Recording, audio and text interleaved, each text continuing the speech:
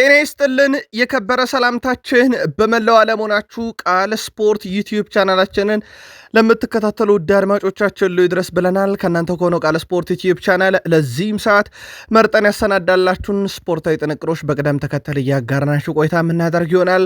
እስከ ፕሮግራማችን ፍጻሜ ዛሬም ቆዩ ብለናል። በሀሳብ መስጫ ሳጥናችን ላይ በሳምንቱ መጨረሻ ክለቦቻችሁ በሚያደርጉት ጨዋታ መልከታዎቻችሁ እንደ ሁልጊዜው ዛሬም ልታጋሩን ትችላላችሁ። 5000 ላይክ ያስፈልገናል። ሁላችሁም ላይክስ እያደረጋችሁ እንድትመለከቱን በአክብሮት ጋበዝን። በመረጃ ሰዓታችን በአገር ቤት አነጋጋሪ ጉዳይ በተለይም ከአድማጭ ተመልካቾቻችን የመጣና አንድ አፍሪካዊ ጉዳይ ላይ ማጣራት አድርገን እንመጣለን ብለናል። አጣርተነዋል። በአውሮፓ የመረጃ ሰዓታችን ታላላቆቹ ሊጎች ተመልሰዋል። በተለይም በስፔን ላሊጋ ዛሬ በትልቁ የምንጠብቀው ጨዋታ አለ። ባርሴሎናን በተመለከተ ከጨዋታው ጋር እያይዘው ሃንሲ ፍሊክ የሰጡትን ጋዜጣዊ መግለጫ እናነሳለን። በማድሪድ የቡድን ዜና ይዘናል። ወሳኙ ተጫዋች ተመልሷል።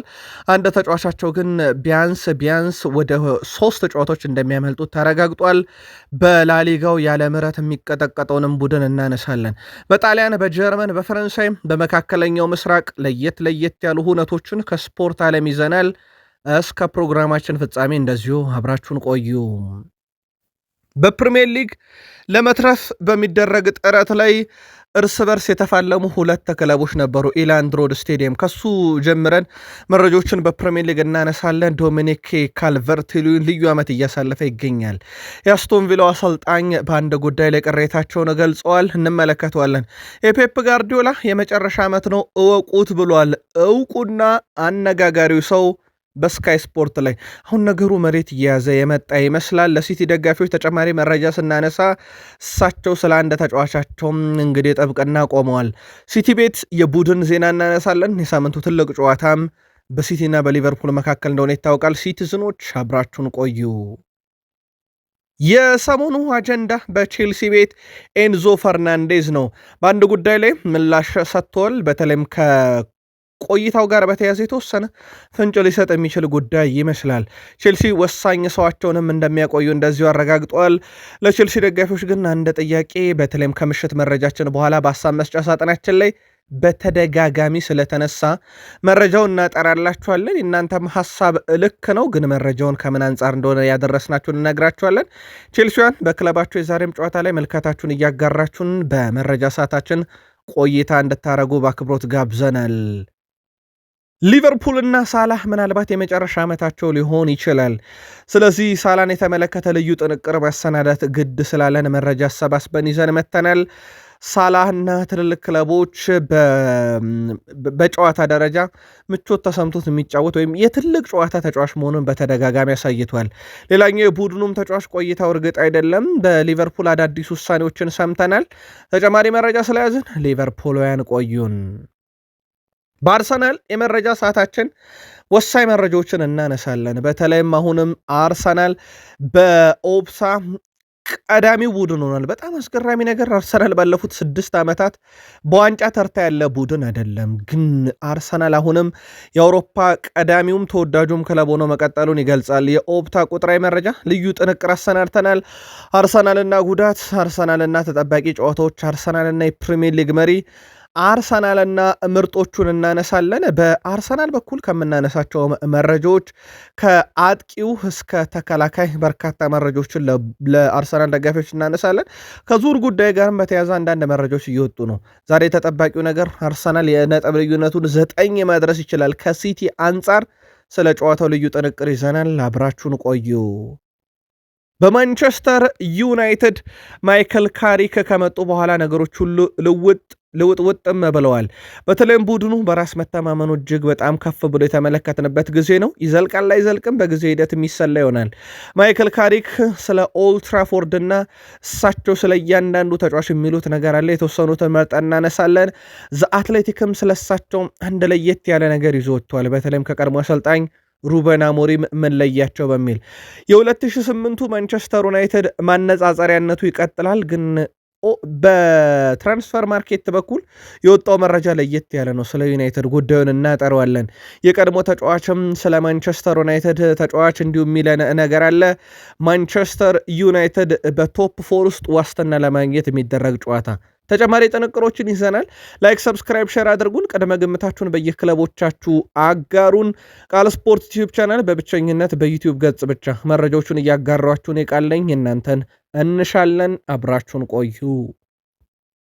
አንድ ጥያቄ መጥቶልናል በኢትዮጵያ ፕሪሚየር ሊግ ጉዳይ ትላንትና መረጃ አንስተን በርካቶችን በሀሳብ መስጫ ሳጥናችን ላይ እንዲሁ መረጃዎችን ሀሳቦችን ሲልኩልን ነበረ። ምክንያቱም በአዲስ አበባ ስቴዲየም የ19ኛ ሳምንት ጨዋታ 2 ጨዋታ 0-0 ተጠናቀቁ፣ 3 ጨዋታ 1-1 ተጠናቀቁ። ስለዚህ በዚህ ሳምንት ከሮብ ጀምሮ እስከ ዓርብ በተደረጉ የአዲስ አበባ ስቴዲየም ጨዋታ ሁሉም አቻ ነው የተጠናቀቁት። በአዳማ ሳይንስና ቴክኖሎጂ ዩኒቨርሲቲ ከነበሩ ጨዋታዎች ደግሞ 1-0-0 2 ጨዋታ 1-0 አለቁ። 2 ጨዋታ ደግሞ ግብ ተቆጥሮባቸዋል፣ ግን የተሸናነፉት አንደኛው ላይ ነው 2-0 እና 2 እኩል የተጠናቀቀ ጨዋታ ማለት ነው። በእርግጥ አዳማ ሳይንስና ቴክኖሎጂ ዩኒቨርሲቲ 3 ጨዋታ ተሸናንፈዋል። 2 ጨዋታ ነው ባቻ ውጤት የተጠናቀቀው። የደረጃ ሰንጠረዡን ብናይ ሲዳማ ቡና በ35 ነጥብ ይመራል። በእርግጥ ቀሪ 3ቱ ክለቦች ሐዋሳና ነገሌ አርሲም 35 ነጥብ አላቸው። ይህን ስናሰላው እነኚህ መሪ ክለቦች በጨዋታ 1.8 ነጥብ ነው እያገኙ ያሉት። አርባ ምንጭ ከተማ ገርጌል ያለው በጨዋታ 0.63 ነጥብ ነው እያሳካ ያለው።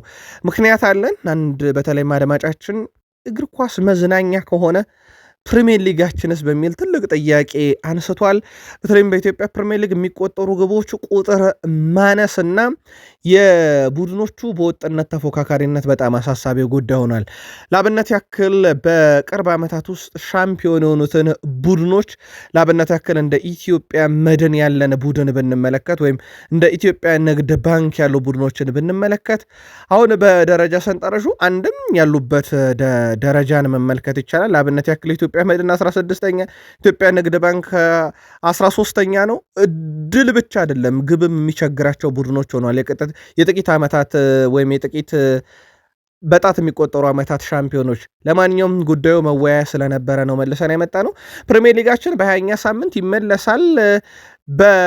ወደ ሌላ ጊዜ የተላለፈ የቅዱስ ጊዮርጊስና የኢትዮጵያ ቡና ጨዋታ ላይ አዲስ አበባ ስቴዲየም ስለሚጠበቅ ነው። ስለዚህ የፊታችን ሳምንት ቅዳሜ የካቲት 14 ጀምሮ ጨዋታዎቹ እንደዚሁ መካሄድ የሚጀምሩ ይሆናል። በአፍሪካ አንድ ጉዳይ እናጠራላችኋለን ብለን ነበር። በእርግጥ መረጃው ምንም ስህተት የለውም፣ እኛም አቅርበነዋል።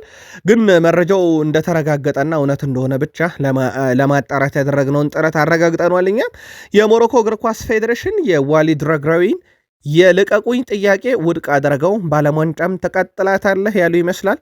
ጥያቄውን አቅርበዋል። እሳቸውም በቃኝ ብለው ሞሮኮን ማሰልጠን የሞሮኮ እግር ኳስ ፌዴሬሽንም ያቀረቡት ጥያቄ ተቀባይነት አላገኘም ብለው ምላሽ ሰጥቷል። በእርግጥ የቃል ስፖርት ዩቲዩብ ቻናል የምሽት መረጃችን እናጣረዋለን ስላለን ከተጨማሪ ታማኝ የዜና ምንጮቻችን አረጋግጠን መረጃው እውነት መሆኑን ስላረጋገጠን ለእናንተ ውድ አድማጮቻችንም ማረጋገጫውን ለመስጠት ያክል ብቻ ነው። ወደ አውሮፓ ተሻገርን። በላሊጋን ጀምሮ ውድ ቤተሰቦቻችን ላሊጋ ተጀምሯል። በትላንትናው ዕለት የ23ኛ ሳምንት መርሃ ግብር ተመለከትን። ሴልታ ቪጎ ከኦሳሱና ያደረጉት ጨዋታ ነበረ። እንግዳው ቡድን ኦሳሱና ሴልታ ቪጎን 2-1 በሆነ ውጤት ድል አድርጓል። የኦሳሱናን 2 የማሸነፊያ ግቦች ቡድሚር 35ኛው ደቂቃ ላይ፣ ራውል ጋርሻ 79ኛው ደቂቃ ላይ ሲያስቆጠር ለባለሜዳው ሴልታ ከሽንፈት ያልታደገች ብቸኛ ግብ ኢግላሲየስ ነበረ 53ኛው ደቂቃ ላይ ማስቆጠር የቻለው።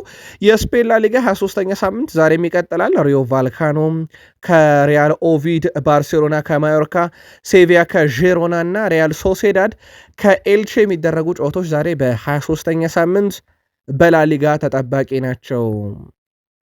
በስፔን ላሊጋ ከሚደረጉ ጨዋታዎች አንደኛውን ግን እንመልከት። ባርሴሎና ከማዮርካ የሚያደርጉት ጨዋታ ትልቁ ጨዋታ ነው ዛሬ፣ ምንም ጥርጥር የለውም። ባርሴሎና መሪነቱን ነጥብ ልዩነት 4 ማሳደግ ይችላል በጊዜያዊነት ሪያል ማድሪድ እስኪጫወት። ባርሴሎና በዚህ ዓመት 28 ድል 2 አቻ 5 ሽንፈት አጋጥሞታል። በማዮርካ በኩል በዚህ ውድድር ዓመት 8 ድል ብቻ ነው ያላቸው፣ 6 አቻ እንዲሁ 11 ሽንፈት አስተናግደዋል። በባርሴሎና በኩል የመጨረሻ 5 ጨዋታ 5ቱንም በድል ነው ያጠናቀቁት። በእርግጥ አንድ ጨዋታ ብቻ ነው ክሊንሺት ያላቸው ሪያል ቫላዶሊድን 3-0 ሲያሸንፉ ቀሪ ጨዋታዎች ላይ ግብ ተቆጥሮባቸዋል። በማዮርካ በኩል ባለፉት 5 ጨዋታ 2 ድል ብቻ ነው ያላቸው፣ 3ቱን ተሸንፈዋል። በባርሴሎና በኩል ማዮርካን 51 ጊዜ ሲረታ ማዮርካ 19 የባርሴሎናን ረቷል፣ 14 ጊዜ ያቸው ወጥተዋል። የመጨረሻ 4 ግንኙነታቸውን ነጥለን ከተመለከትን አራቱም በባርሴሎና ድል አድራጊነት ሲጠናቀቅ የመጀመሪያ ዙር ጨዋታ ባርሴሎና 3-0 በሆነ ውጤት ድል አድርጓል። ይህ ጨዋታ በኢትዮጵያን ሰዓት አቆጣጠር ምሽት 12:15 ሲል ዛሬ ይደረጋል። ቅድመ ግምታችሁን በሐሳብ መስጫ ሳጥናችን ላይ ያጋሩን። በቡድን ዜና ራፊኒያ ላሚን ያማል ማለት ሁልጊዜም ከስልኩ ጋር ነው። ማህበራዊ ትስስር ገጾችን በስፋት ሲጠቀም እንዲሁም ደግሞ በሄድፎን እንመለከተዋለን ወይም ጆሮ ላይ ማዳመጫን ሰክቶ ጠዋት ላይ በጣም እንቅልፋም ነበረ። ብዙ ግንኙነቶች ወይም ከተጫዋቾቹ ጋር ብዙ ግንኙነቶች የማይኖረም በዚህ ምክንያት ነው ብሏል። ነገር ግን በጣም አስገራሚ ነገር አሁን ላይ እንደዚህ አይነት ነገሮችን እየቀነሰ መጥቷል ብለዋል። ከዚህ ጋር በተያያዘ ሃንሲ ፍሊክ ላሚን ያማል በጣም ተሻሽሏል፣ አሁን በእግር ኳስ እየተዝናና የሚገኝ ምርጡ ተጫዋቻችን ሆኗል፣ በርካታ ገቦችን እያስቆጠረ ነው፣ በደንብ እየተጫወተም ይገኛል ብለዋል። ከሰሞኑ ከማህበራዊ ሚዲያ አጠቃቀሙ ጋር በተያያዘ ለውጥ ያደርጋል ብለናችሁ ነበረ።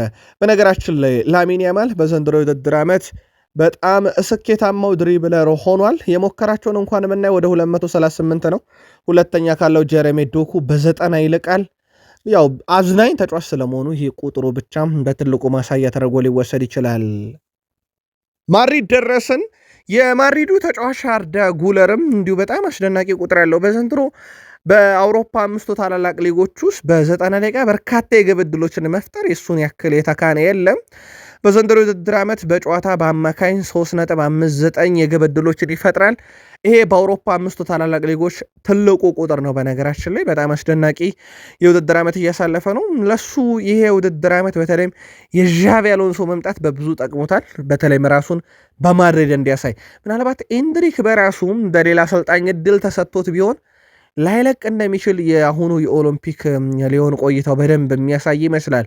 ለማንኛውም አርዳ ጉለር እንደዚህ አይነት በጣም አስደናቂ ቁጥር ይዟል በዘንድሮ የውድድር ዓመት። ማድሪድ ጉዳት በብዙ የተቸገረበት ነው። ባለፉት 2 ዓመታት ውስጥ ፌርናንድ ሜንዲ ለጨዋታ ዝግጁ መሆኑን ማርካ አረጋግጧል፣ ተመልሷል ብሏል። ያው ያልተመለሰው ተጫዋች ሮድሪጎ ጎኤዥ መሆኑን አረጋግጠናል። ለሚቀጥሉት 10 ቀናት በጉዳት ከሜዳ ይርቃል። በዚህ ምክንያት ከቫሌንሺያ እና ከሪያል ሶሴዳድ ጋር የሚደረገው ጨዋታ እንደሚያመልጠው ነው ማርካ ያረጋገጠው። በስተመጨረሻም ትላንት ልምምድ አልሰራም፣ ግን ጉዳቱ እንዳይባባስበት በሚል ነው ከጨዋታ ውጭ ሊሆን የተገደደው።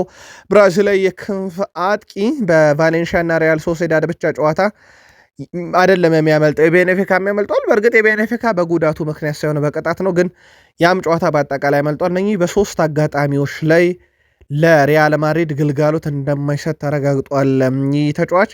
ሌላው ከሪያል ማድሪድ ጋር በተያያዘ ኬሊያን ምባፔ ነው። በጣም ድንቅ ዓመት እያሳለፈ ነው። ዘንድሮ በላሊጋው ብቻ 21 ግቦች አሉት በ22 ጨዋታ ላይ።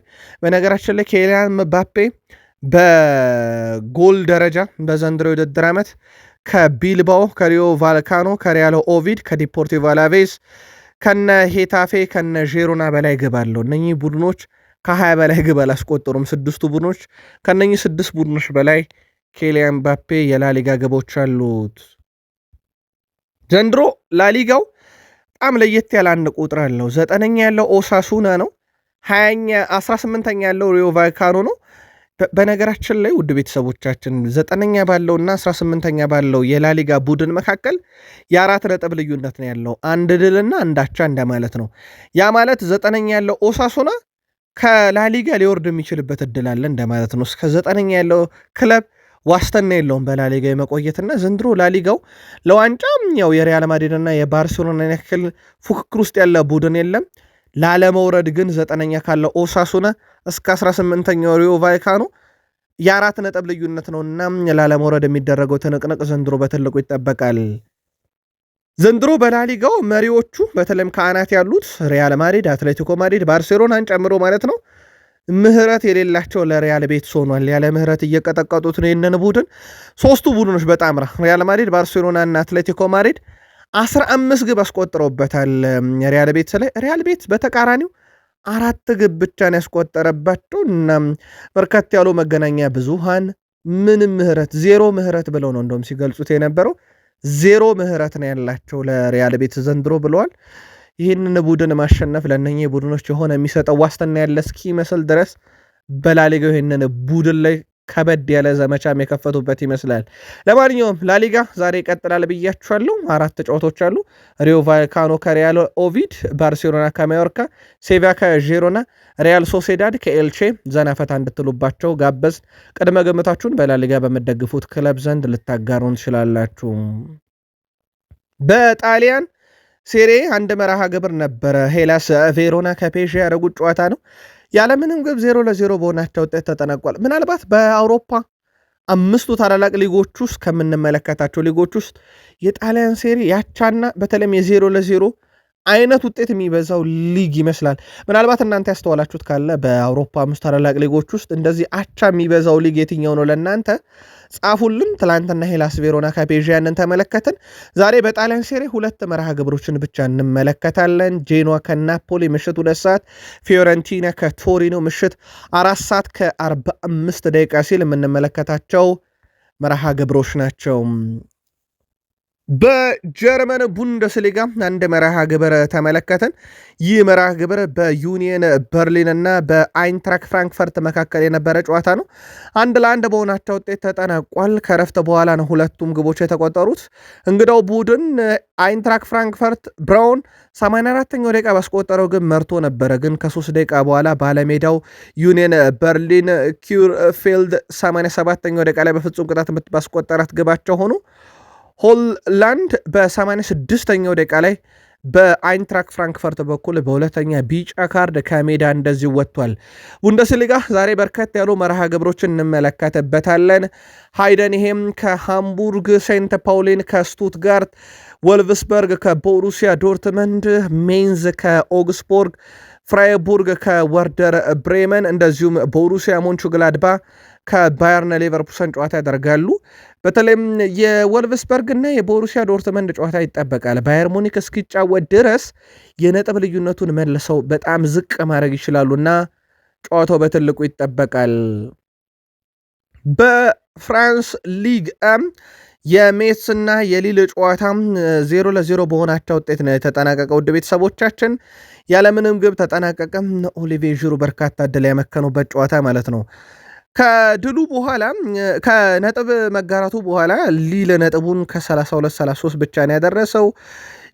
ሊነጠቅ ይችላል ደረጃውን። በነገራችን ላይ በሬንስ ሊነጠቅ የሚችልበት እድል አለ፣ ቀሪ ጨዋታ ስላለው ማለት ነው። ሌላኛቸው የወጣው ሜትስ 13 ነጥብ ብቻ ነው ያለው። ስለዚህ ዘንድሮ በፍራንስ ሊጋ ለመትረፍ በጣም የሚቸገረው ቡድን ሊሆን ይችላል ከዚህ ውጤት በኋላ። የፍራንስ ሊጋ ዛሬ ቀጣይ ጨዋታዎች ይደረጋሉ። ሌንስ ከስታድ ሬኒስ ምሽት 1 ሰዓት የሚደረገው ጨዋታ በትልቁ ይጠበቃል። ምክንያቱም ሌንስ ጨዋታውን ካሸነፈ የፍራንስ ሊግ መሪነትን ፓሪሰን ዠርሜን እስኪጫወት ድረስ መንጠቅ ስለሚችል ማለት ነው። ስታድ ብሪስቶስ ከሎሪየንት፣ ናንትስ ከኦሎምፒክ ሊዮን ዛሬ ቀጣይ የሚደረጉ የፍራንስ ሊግ መርሃ ግብሮች ናቸው። በመካከለኛው ምስራቅ አንድ ጨዋታ በትልቁ ሲጠበቅ ነበረ።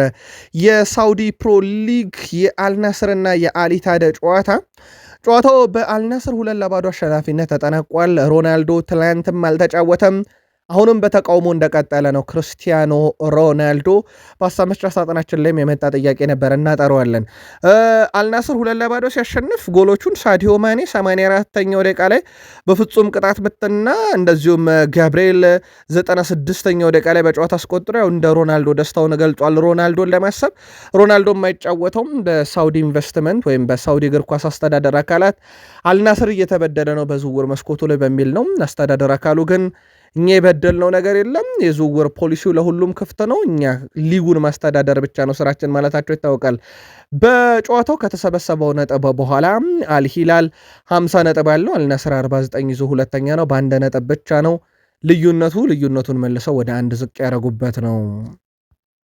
በጨዋታው ላይ የአልናስሩ አሰልጣኝ ጆርጌ ሄሱስ ጋዜጣዊ መግለጫ አልሰጡም። አልናስር ተጫዋቾቹም ይሁን አሰልጣኝ ስታፍ አባላት ጋዜጣዊ መግለጫ እንዳይሰጡ ከልክለዋል። በተጨማሪም የአልናስሩ አሰልጣኝ ጄሱስ ከጨዋታው በኋላ በነበራቸው የምድረ ጨዋታ ጋዜጣዊ መግለጫ አልተገኙም። የክለቡ ተጫዋቾችና አሰልጣኞች ለሚዲያ አስተያየታቸውን ሳይሰጡ ሲቀሩ ለተከታታይ ሁለተኛ ጨዋታ ላይ ነው። የአልናስር የበላይ አስተዳደር የክለቡ ተጫዋቾች እና አሰልጣኞች አስተያየት እንዳይሰጡም መከልከላቸው በግልጽ ተገልጿል። ክርስቲያኖ ሮናልዶ ካለፈው ሳምንት ጀምሮ እየተጫወተ አይደለም። በተለይም ከሪም ቤንዜማ ከአልኢታድ ወደ ቀንደኛ ተፎካካራቸው አልሂላል እንዲመጣ የተደረገበት፣ በተቃራኒው ደግሞ አልናስር አንድም ኮከብ ያላስፈረመበት የጥር ዝውውር መስኮት ለተቃውሞ ምክንያት እንደሆነ ይታወቃል። ተቃውሞ ባለመጫወት ብቻ አይደለም፣ በሮናልዶ በኩል የቡድን ተጫዋቾች ደሞና አሰልጣኝ በጋዜጣዊ መግለጫን ባለመሳተፍ ቀጥለውታል። ጨዋታው በተጀመረ በሰባተኛው ደቂቃ ላይም የአልናስር ደጋፊዎች ከክርስቲያኖ ሮናልዶ ጎን መቆማቸውን ገልጸዋል። ፖርቱጋላዊ ኮከብ ክርስቲያኖ ሮናልዶ ከምሽቱ የአልናስርና የአሊታድ ጨዋታ ውጭ መሆኑ ከተረጋገጠ በኋላ በደጋፊዎቹ በኩል ነው እንግዲህ ለሮናልዶ ድጋፋቸውን የገለጹት። ክርስቲያኖ ሮናልዶ በክለቡ ኃላፊዎች ተቃውሞ ምክንያት ለተከታታይ ጨዋታ አልተሳተፈም። የአልናስር ደጋፊዎችም የምሽቱ ጨዋታ የክርስቲያኖ ሮናልዶ ስምና 7 ቁጥርን በመያዝ ሰባተኛው ደቂቃ ላይ ድጋፋቸውን አሳይተዋል። ደጋፊዎቹ በጨዋታው ሰባተኛ ደቂቃ ላይ ባሳዩትም ድጋፍ በመላው ዓለም እንግዲህ የክርስቲያኖ ሮናልዶ ተጽዕኖ ፈጣሪነትን ምን ያህል ከፍ እያለ እንደመጣ ማሳያ ነው። ግን አሁን ትልቁ ጥያቄ ሮናልዶ በዚህ ክለብ ይቀጥላል አይቀጥልም የሚለው ነው። እንደ በርካታ የዜና ምንጮች ከሆነ ግን የመቀጠሉ ነገር በጣም ዝቅተኛ ነው ተብሏል። በጨዋታው ሳዲዮ ማኔ የጨዋታው ኮከብ ተብሎ ተመርጧል። ምናልባት በአፍሪካ ዋንጫ እሱ ከሄደ በኋላ ቡድኑ የጣላቸው ነጥቦች በአልሂላል ብልጫ እንዲወሰድባቸው እንዳደረገ ይታወቃል። ከመጣ በኋላ ግን ቡድኑ በወጥነት በድል ጎዳና ላይ ይገኛል። ትላንትም የጨዋታው ኮከብ ተብሏል። የአሊታዱ ተጫዋች ዳኔሎ ፔሬራ ግን በማህበራዊ ትስስር ገጹ ላይ አንዳንድ ነገሮች ድርሰት ናቸው፣ እናም ያንን መለወጥ አንችልም ብሏል። ድርሰት ከሆነ ምክንያቱ ደግሞ ያለው በጨዋታው ላይ እኛ ፍጹም ቅጣት ምት ተከልክለን ለአልናስር ተሰጥቷል። ይህ ድርሰት ካልሆነ በስተቀር በእግር ኳስ ሕግ ካየነው በአንድ ጨዋታ ለአንድ አይነት ጥፋት አንድ አይነት ውሳኔ መወሰን አለበት። ድርሰት ከሆነ ግን አስቀድሞ የተጻፈ ጉዳይ ስለሆነ አትቀይረውም ብሎ በማህበራዊ ትስስር ገጹ ላይ አሊታድ በምሽቱ ጨዋታ በዳኝነት ውሳኔ ከፍተኛ የሆነ በደል ደርሶብናል በሚል ቅሬታውን አሰምቷል። ቃል ስፖርት ዩቲዩብ ቻናላችን ላይ ትገኛላችሁ። በዩቲዩብ ገጻችን ብቻ መረጃዎችን እያጋራናችሁ እንገኛለን። ላይክ፣ ሰብስክራይብ፣ ሼር አድርጉን። 5000 ላይክ ያስፈልገናል። ቀድመ ግምታችሁንም በዛው እየጻፋችሁልን። በተወዳጁ የእንግሊዝ ፕሪሚየር ሊግ የ25ኛ ሳምንት መርሃ ግብር ሊድስ ዩናይትድን ከኖቲንግሃም ፎረስት ያገናኘ መርሃ ግብር ነበረ። ሁለቱ ክለቦች ላለመውረድ ያደረጉት ወይም በወራጅ ቀጠናው ስላለመገኘት ያደረጉት ትንቅንቅ ነበረ። በኢላንድ ሮድ ስቴዲየም የተደረገ ጨዋታ ነው። ሊድስ ጨዋታውን 3-1 በሆነ ውጤት ድል አደረገ። ለሊድስ ቦጌል 26ኛው ደቂቃ ላይ፣ ኦካፎ 30ኛው ደቂቃ ላይ እና ዶሚኒክ ካልቨርት ሊዊን 49ኛው ደቂቃ ላይ አስቆጥሯል። ለኖቲንግሃም ፎረስት ከሽንፈት ያልታደገች ብቸኛ ግብ ሉካ 86ኛው ደቂቃ ላይ እንደዚሁ ከመረበ አዋሃደ። ድሉን ተከትሎ ሊድስ ዩናይትድ ነጥቡን 29 ያደርሶ ዘንድሮ መውረድን እንደማይሻ በትክክል ያረጋገጠበት ነው። ኖቲንግሃም ፎረስት 26 ነጥብ ላይ ነው። ከዌስትሃም ዩናይትድ ያለው የነጥብ ልዩነት ወራጅ ቀጠና ውስጥ ካለው 6 ነው። ዌስትሃም ቀሪ ጨዋታ እንዳለው ይታወቃልና ላለመውረድ የሚደረገው ትንቅንቅ አሁንም እንደቀጠለ ነው። ሊድስ በሊጉ ከሰበሰቡት 29 ነጥብ 22ቱን ያሳኩት በነገራችን ላይ ኢላንድ ሮድ ስቴዲየም ላይ ነው። ስለዚህ ሊድስ በፕሪሚየር ሊጉ በሜዳው ሲጫወት አደገኛው ቡድን ነው ማለት ይቻላል። በአሰልጣኙ በኩል ደግሞ ከተመለከተን ዳንኤል ፋርክ በፕሪሚየር ሊግ እንግዲህ ከ25 ጨዋታ 7ቱን አሸንፏል ከሊድስ ዩናይትድ ጋር። እሳቸው በ49 የፕሪሚየር ሊግ ጨዋታ ኖርዊችን እየመሩ ያሸንፉት 6 ነበረ። ስለዚህ በሊድስ የተሻለ ጊዜን እያሳለፉ ነው ማለት ይቻላል ለሳቸው። ሌላው ከዶሚኒክ ካልቨርት ሊዊን ጋር በተያዘ በአንድ የውድድር ዘመን ያስቆጠራቸውን ጎሎች አሃዝ ወደ 2 አሃዝ አሳድጓቸዋል። ያስቆጠራቸውን መጠኖች በዘንድሮ የውድድር ዓመት 10 ደርሷል። ምናልባት እሱ ለሶስተኛ ጊዜ ነው ይህን ሲያደርግ። በ2019/20 13 ነበረው። በ2020/21 ላይ 16 ደርሶ ነበረ። ካልቨርት ሊዊን ትላንትና ለሶስተኛ ጊዜ 10 ሲደመር ግቦች ላይ እንደዚሁ መድረስ የቻለበትም ነው። የአስቶን ቪላው አሰልጣኝ ኡናይ ኤምሬ ከሊቨርፑል ጋር እንግዲህ በተያዘ ቅሬታቸውን አሰምተዋል። አሰልጣኙ በተለይም የ22 ዓመቱ ተጫዋች በቂ የመጫወቻ ደቂቃ እያገኘ አይደለም በሚል ጉዳይ ላይ ነው ሃርቬ ኤሊዮትን። እንደሚታወቀው ተጫዋቹ ያለው ውል በርካታ ጨዋታዎችን ካደረገ እንግዲህ ቋሚ ማድረግ ግዴታ አለ በሚል ነው። እናም ቪላ በተጫዋቹ እርግጠኛ ስላልሆነም ቀሪ ጨዋታዎችን አጫውቶ የሚጠየቀውን 35 ሚሊዮን ፓውንድ መክፈል አይፈልግም እየተባለ ነው። ከዚህ ጋር በተያዘ ተጫዋቹ በቂ የመጫወቻ ደቂቃን ለማግኘት በቪላ ቤት በጣም ተቸግሯል ተብሏል። ቪላዎች የመግዛት ግዴታ እንዳይኖረባቸው ነው።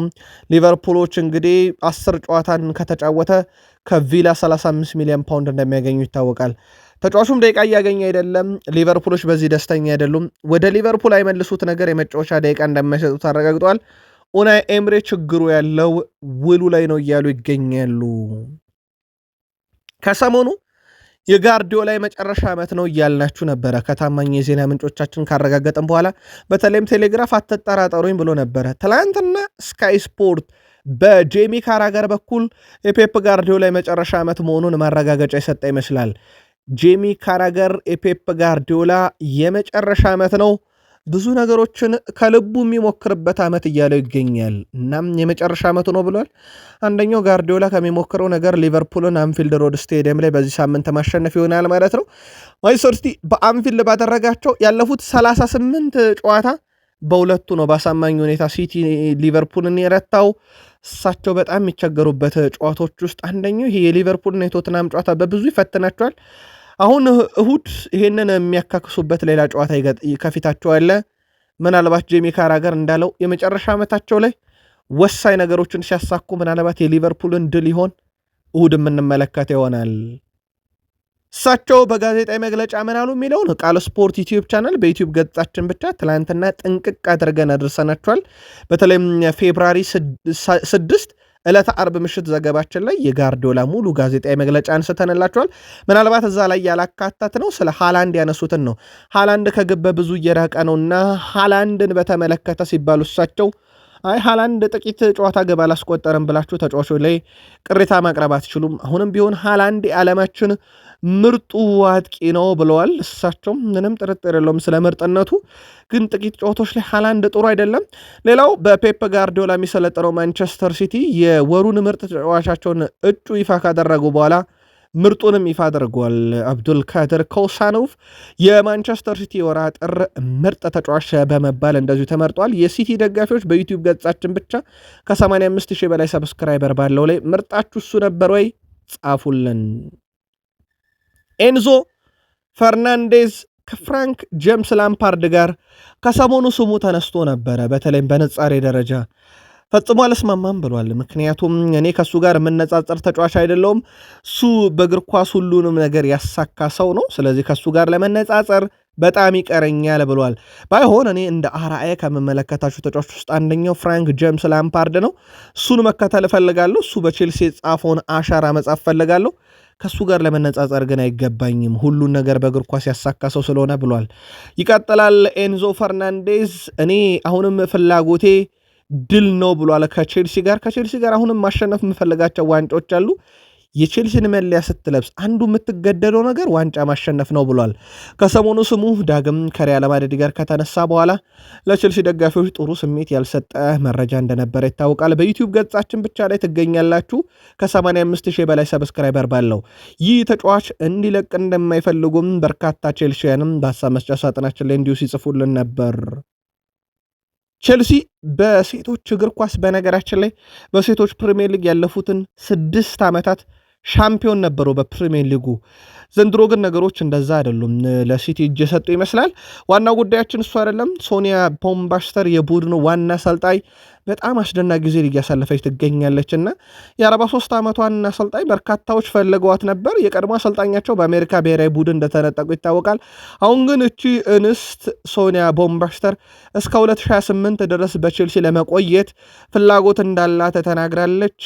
ግን ቡድኑ በተከታታይ ነጥብ ጥሏል። ከ2015 በኋላ ለመጨረሻ ጊዜ ያን ነበር የገጠመው። ቡድኑ ከሰሞኑ ጥሩ አይደለም። እንዳጠቃላይ በዚህ ዓመት ጥሩ አይደለም። በሲቲ የተወሰደባቸውን ብልጫ በሴቶቹ ጥሩ አይደለም። ግን አሰልጣኛው ኮንትራቷን ታራዝማለች ተብሏል። በቼልሲ በኩል ዛሬ ወደ ሞሊኒክስ ያቀናሉ።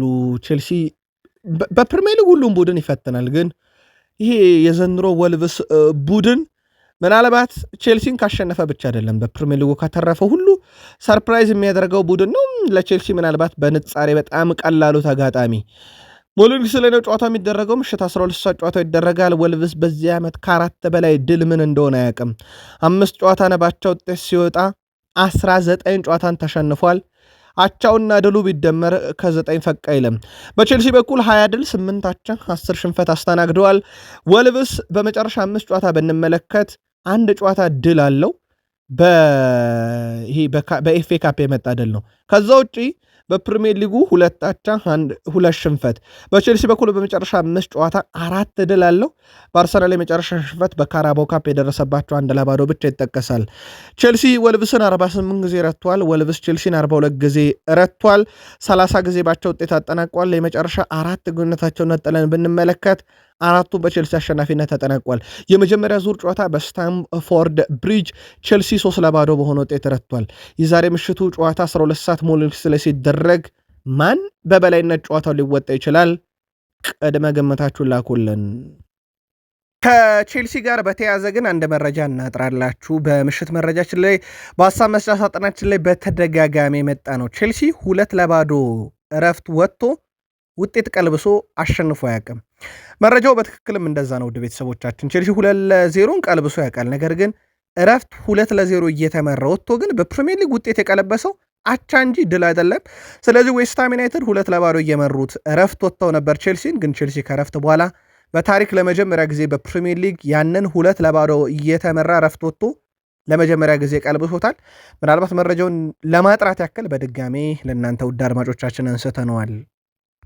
ሳላ በዚህ ውድድር ዓመት የመጨረሻው ሊሆን ይችላል ተብሎ ይጠበቃል።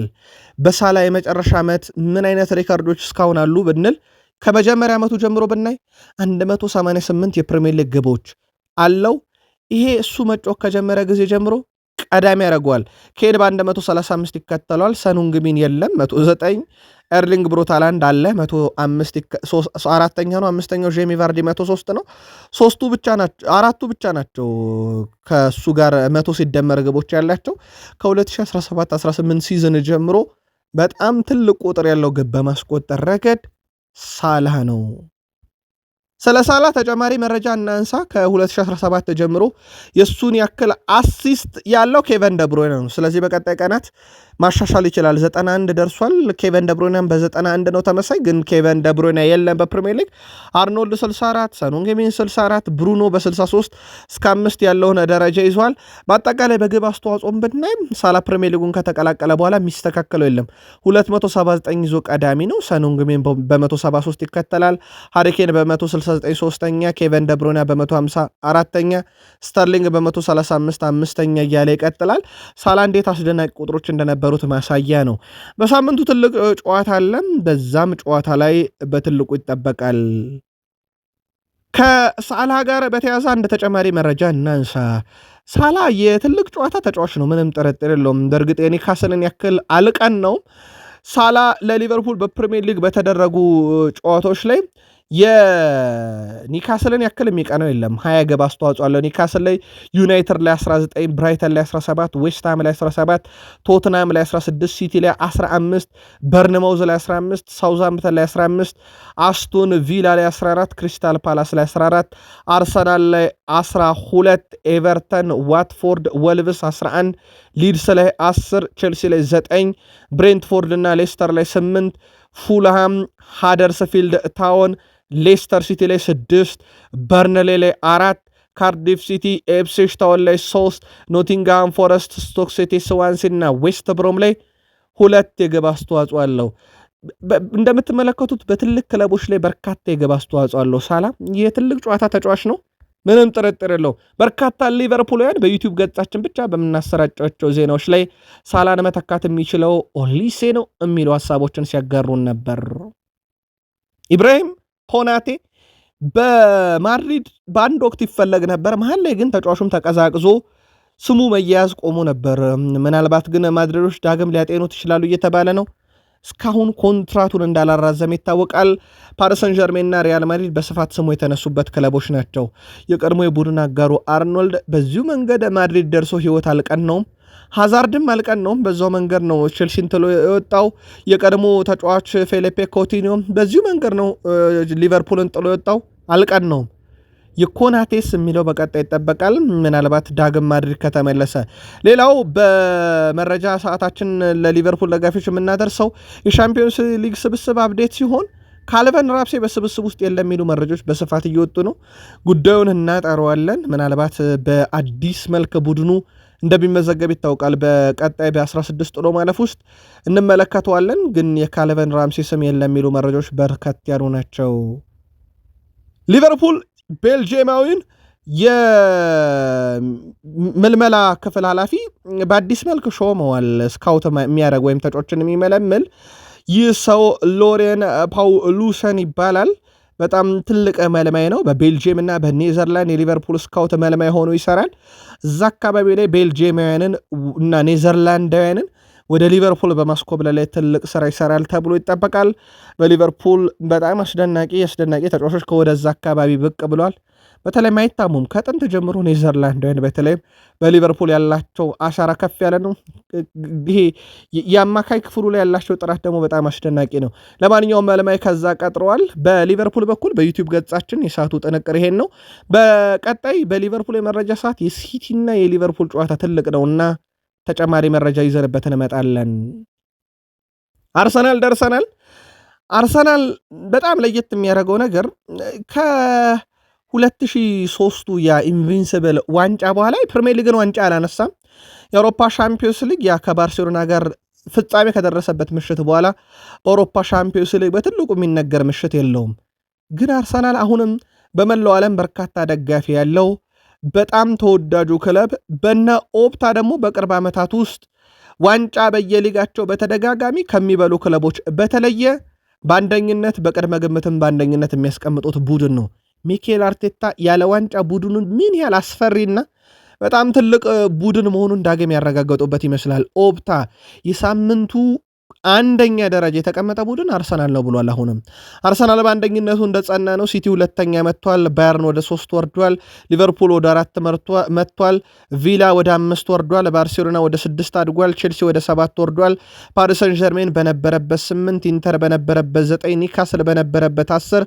በሳምንቱም አሁንም አርሰናል አንደኛ ሆኖ ቀጥሏል። ሚኬል አርቴታ በጋዜጣዊ መግለጫቸው ላይ የሰጡትን ሐሳብ በቃል ስፖርት ዩቲዩብ ቻናል በዩቲዩብ ገጻችን ብቻ በፌብራሪ 6 አርብ ምሽት ነግረናችሁ ነበር። ተጨማሪ መረጃዎች ስለመጡ ለማድረስ ያክል ብቻ ወይም ጥያቄዎችም ሲመጡልን ነበረ። በቡካዮ ሳካ በኩል ያው አትጠብቁት ተብላችኋል። በዚህ ሳምንት ለአርሰናል ደጋፊዎች ዩሊያን ቲምበር በጨዋታ ይገኛል ተብሏል። እንዲሁም ማርቲን ኦዴጋርድም ይገኛል ነው ያሉት። ከዚህ ጋር በተያዘ መረጃዎችን ለማጣራት ሙከራ አድርገን ነበር። የሳቸው ብቻ ጋዜጣዊ መግለጫ ላይ ያሉ የቡድን ዜናዎች ያው ከራሳቸው አንደበት የተገኘ ታማኝ ምንጭ ቢሆኑም ግን የሚሰጧቸው መግለጫዎች ላይ አይገኝም ያሉ ተጫዋቾች ሲገኙ አጠራጣሪ ነው ያሏቸው ተጫዋቾች ሲገኙ ተመልክተናል። ከዚህ ጋር በተያዘ በጨዋታ ላይ ኦዴጋርድ እናየዋለን አናየው የሚለውን እሳቸው ሊገኝ ይችላል ብለዋል። ግን በሆቴል ውስጥ አልታየም እየተባለ ነው። ለማንኛውም ጨዋታው ሲደርስ የምንመለከት ይሆናል። ከዛ ውጪ ከሳካ ውጪ ያላየናቸው ወይም በስካይ ስፖርት የመጨረሻው ቀረጻ ላይ ያላየናቸው ሳካ፣ ኦዴጋርድ፣ ማርቲኔሊ እና ማዱኬ ናቸው።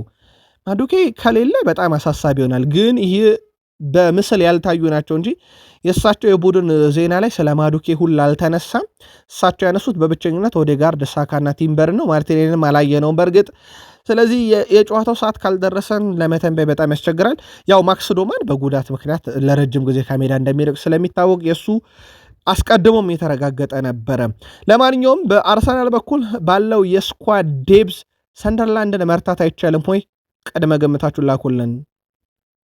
በአርሰናል በኩል የፕሪሚየር ሊጉ መሪ አርሰናል የወርሃ ጥር የወሩ ምርጥ ተጫዋቻቸውን ይፋ አድርገዋል። በቃል ስፖርት ዩቲዩብ ቻናል ብቻ መረጃዎችን እየተከታተላችሁ ትገኛላችሁ። በዚህ መሰረት ስዊድናዊ የፊት መስመር አጥቂ ቪክተር ዮኬሬሽ የወሩ ምርጥ ተጫዋች በመባል ተመርጧል።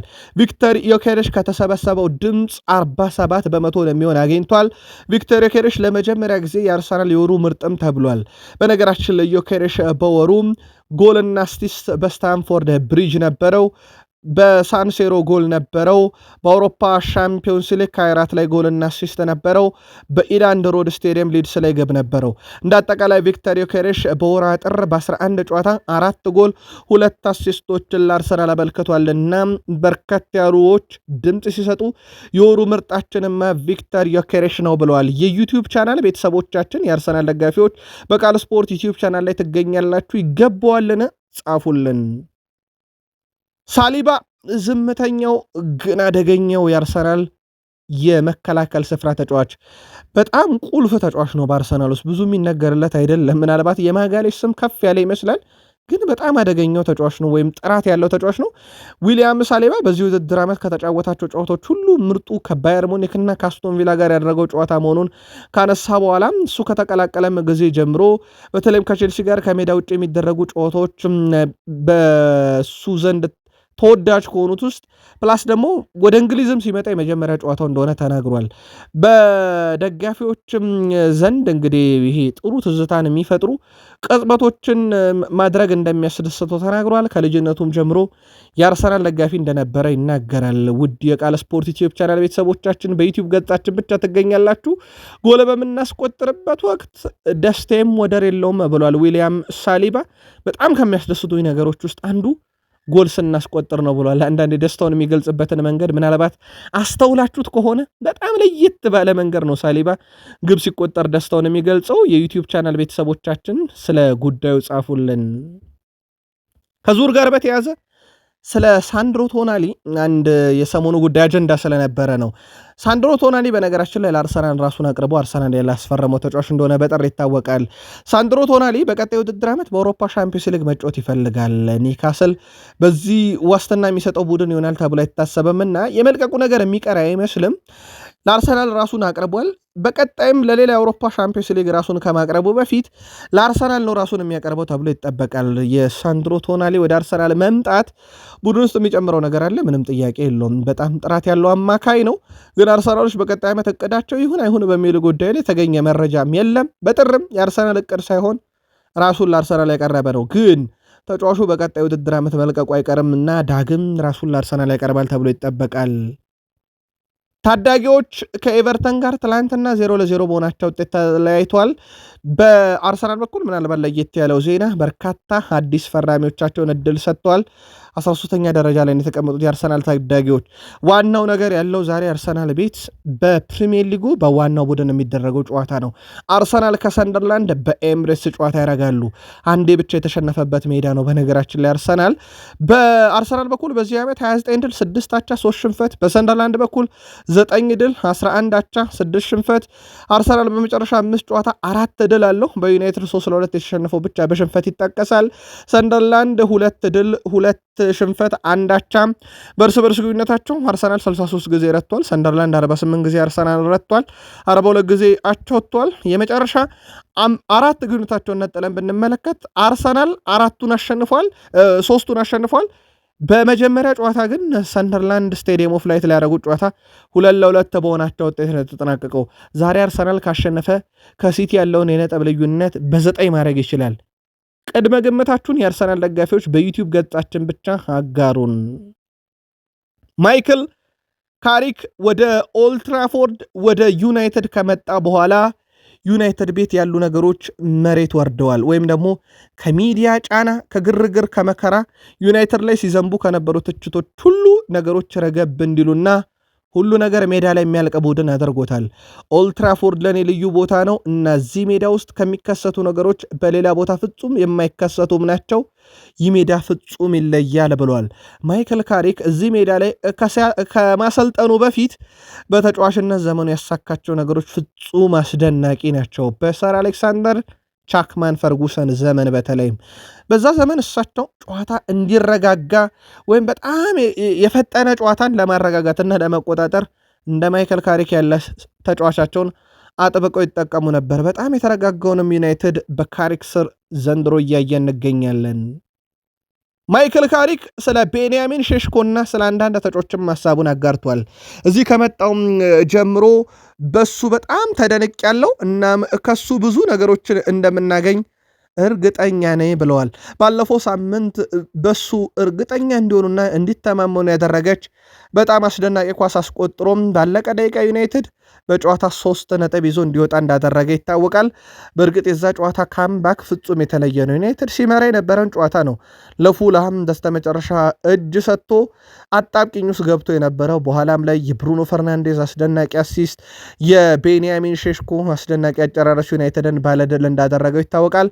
እሳቸው በተጫዋቾቹ በጣም ደስተኛ መሆናቸውን ተናግረዋል። በእርግጥ በቃል ስፖርት ዩቲዩብ ቻናል በዩቲዩብ ገጻችን ብቻ በምናሰራጨው ዘገባ ፌብራሪ 6 አርብ ምሽት ስለሳቸውና ስለ ተጫዋቾች ግንኙነት በርካታ መረጃ ደርሰናችሁ ነበረ። በዘ አትሌቲክ በኩል ስለ ማይክል ካሪክ ፍልስፍናም ይናገራል። ማይክል ካሪክ ከፍልስፍናው አንዱ ጅማሮ ነው የሚል ነው። ይህ ገና ጅማሮ ነው የሚል ፍልስፍና አለው። ይህ መልእክትም ለተጫዋቾች በየጊዜው ይነግራቸዋል ብሏል። አሰልጣኙ በእግር ኳስ ላይ የሰዎችን ስሜት እንዴት በድንገት እንደሚቀየር ለማወቅ የሚያስችል ረጅም ጊዜን በእግር ኳስ ውስጥ ያሳልፋል። አሁን ላይ ጊዜው ከመማር እንደሚገኝ ወይም ደግሞ የመጀመሪያው ስኬት ለቀጣዩ ስኬት መማሪያ እንደሚሆን አድርጎ ተጫዋቾችን ያንጻል። ተጫዋቾችም በራሳቸው እንዲተማመኑ በጣም ተረጋግተው ወደ ሜዳ እንዲገቡ፣ ሜዳ ውስጥም ነገሮችን በእርጋታ እንዲፈጽሙ ያግዛቸዋል ይላል።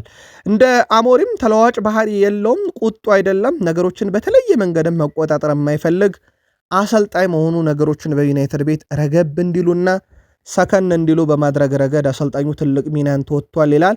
መረጃው የዘ አትሌቲክ ነው። እኛ ደግሞ በቃል ስፖርት ዩቲዩብ ቻናል ገጻችን ብቻ አጋራናችሁ። አንድ ሪከርድ በተደጋጋሚ ወይም አንድ ቡድን በተደጋጋሚ ለንጽጽር ይቀርባል። ይኸውም የ2008ቱ ማንቸስተር ዩናይትድ። በነገራችን ላይ ያ ብዙ ነገሮችን ያሳካው ማንቸስተር ዩናይትድ በውድድር ዓመቱ ያደረገው የጨዋታ ብዛት 66 ነበረ። ከነኚህ ጨዋታ ውስጥ 36ቱ ላይ መረቡን ያላስደፈረ ቡድን ነው። ያ ቡድን የመከላከል ጥራቱ ወደር የለሽ ነበረ። 30 ጨዋታ ብቻ ነው መረቡን ያስደፈረው። ምናልባት እንደዚህ አይነት ትልቅ ሪከርድ ያየነው በቼልሲ በ59 ጨዋታ 34 ጨዋታ መረቡን አላስደፈርም። ከዩናይትድ በሁለት ያንሳል።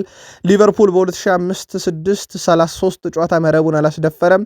ቼልሲ በ2006-7 መልሶ 33፣ ከዛ ቼልሲ መልሶ በ2003-4 32 ጨዋታ መልሶ ቼልሲ በራሱ በ2007-8 32 ጨዋታ መረቡን ሲያስደፍር ይወጣበት አለም። የቼልሲ በርካታ ያሉ ናቸው በሪከርድ ደረጃ ካየን። ዘንድሮ አርሰናል 21 ደርሷል።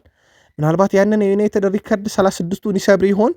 በርካታ ንጽጽሮች እየቀረበ ያሉት ከዚህኛው ዩናይትድ ጋር እንደሆነ ይታወቃል። ሉዊስ ናኒ አልሜዳ ዳኩና በዩናይትድ ምናልባት ከክርስቲያኖ ሮናልዶ በነበረበት የመጨረሾቹ ዘመናት ውስጥ በጣም አስደናቂው ተጫዋች ነበረ። ምንም ጥርጥር የለውም። ምናልባት ዩናይትዳውያንን የሮናልዶን መውጣት በተወሰነ መንገድ ያስረሳቸው ተጫዋች ማለት ይቻላል። በቅርቡ ኢትዮጵያ ውስጥ ነበረ። በእርግጥ ትንሽ ወራቶች ተቆጥረዋል። የመቻለን ስፖርት ክለብ ምስረታ ተከትሎ በመዲናው አዲስ አበባ ነበረ። ሉዊስ ናኒ አልሜዳ ዳኩና የዘንድሮ የውድድር ዓመት የፕሪሚየር ሊግ ምርጡ አጥቂ ሃላንድ፣ ምርጡ አማካይ ብሩኖ ሚጌል ፈርናንዴስ በርጧል። ምርጡ ተከላካይ ሳሊባ፣ ምርጡ ግብ ጠባቂ ሌሃንድሮ ማርቲኔዝ፣ ተወዳጁ ክለብ ማንቸስተር ዩናይትድ ያልተዘመረለት አማድ ዲያሎ ነው ብሏል። ዲያሎም ብዙ ያልተነገረለት ብዙ የሚያደርገው ተጫዋች ብሎ መርጦታል።